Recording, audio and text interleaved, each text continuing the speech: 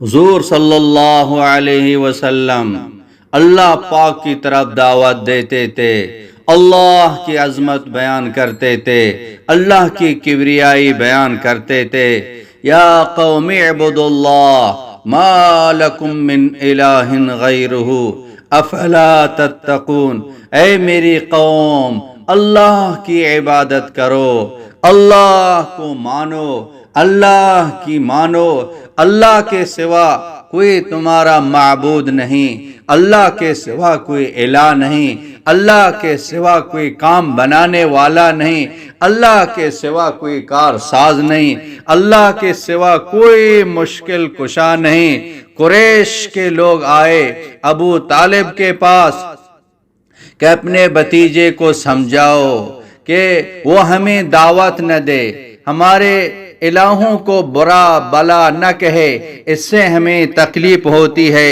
حضور صلی اللہ علیہ وسلم سے ابو طالب نے کہا، اے میرے بھتیجے، آپ کی قوم میرے پاس آئی ہے اور اس نے ایسی ایسی باتیں کہی ہے، تم مجھ پر بھی ترس کھاؤ اور اپنی جان پر بھی، اور اتنا بوجھ مجھ پر نہ ڈالو کہ جس کو نہ میں اٹھا سکوں نہ تم، لہذا تم اپنی قوم کو وہ باتیں کہنی چھوڑ دو جو ان کو ناگوار لگتی ہیں۔ اس سے حضور صلی اللہ علیہ وسلم یہ سمجھے کہ آپ کے بارے میں آپ کے چاچا کی رائے بدل گئی ہے اور وہ اب آپ کی مدد چھوڑ کر آپ کی قوم کے حوالے کرنے والے ہیں، اور ان میں آپ کا ساتھ دینے کی ہمت نہیں رہی۔ اس پر حضور صلی اللہ علیہ وسلم نے فرمایا، اے میرے چاچا، لو وضعت شمس فی یمینی والقمر فی یساری لا ترکت هذا الامر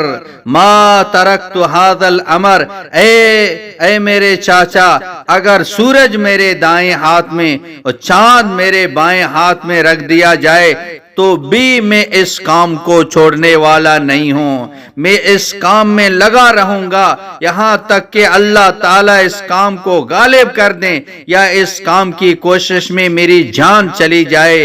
اتنا کہہ کر حضور صلی اللہ علیہ وسلم کی آنکھوں میں آنسو آئے اور آپ رو دیے، آپ وہاں سے پشت پھیر کر چل دیے۔ جب ابو طالب نے دیکھا حضور صلی اللہ علیہ وسلم اپنے کام پر اتنے پختہ ہیں کہ ان کے لیے جان تک کی قربانی اور چاند و سورج کو اٹھانے کے لیے تیار ہیں، تو انہوں نے حضور صلی اللہ علیہ وسلم کو پکارا، اے میرے بھتیجے، آپ ان کی طرف متوجہ ہوئے۔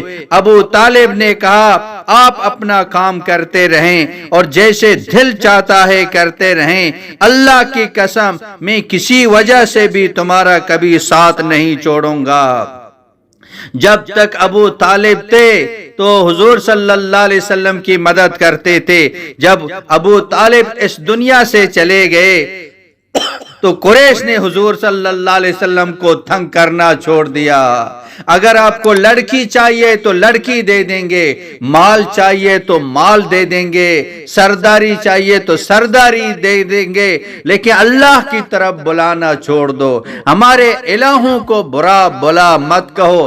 آپ یہ نہ کہو کہ ایک اللہ سے سب کچھ ہوتا ہے، اللہ کے غیر سے کچھ نہیں ہوتا ہے۔ جب ابو طالب چلے گئے، حضرت منیب ازدی رضی اللہ تعالیٰ عنہ فرماتے ہیں، میں نے رسول اللہ صلی اللہ علیہ وسلم کو زمانہ جاہلیت میں دیکھا تھا، آپ فرما رہے تھے، اے لوگو لا الہ الا اللہ کہہ لو کامیاب ہو جاؤ گے۔ تو میں نے دیکھا کہ ان میں سے کوئی تو آپ کے چہرے پر تھوک رہا ہے اور کوئی آپ پر مٹی ڈال رہا ہے اور کوئی آپ کو گالیاں دے رہا ہے۔ یوں ہی ہوتا رہا یہاں تک کہ آدھا دن گزر گیا، پھر ایک لڑکی پانی کا پیالہ لے کر آئی جس سے آپ نے اپنے چہرے اور دونوں ہاتھوں کو دھویا، کہا، اے میرے بیٹے، نہ تو اپنے باپ کے اچانک قتل ہونے کا خطرہ محسوس کرو اور نہ کسی قسم کی ذلت کا۔ میں نے پوچھا، یہ لڑکی کون ہے؟ لوگوں نے بتایا یہ حضور صلی اللہ علیہ وسلم کی بیٹی حضرت زینب رضی اللہ تعالی عنہا ہیں۔ وہ ایک بہت خوبصورت بچی تھی۔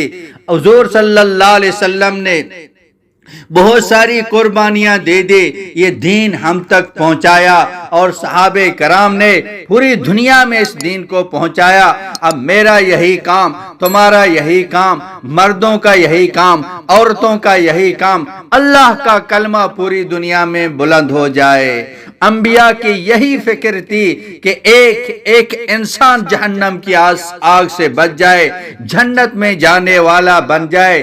اس کے لیے میں بھی ذمہ دار ہوں، آپ بھی ذمہ دار ہیں۔ ایک ایک کو ہم اللہ پاک کی طرف بلائیں۔ اللہ پاک ہم سب کو عمل کرنے کی توفیق عطا فرمائے۔ وآخر دعوانا ان الحمد للہ رب العالمین۔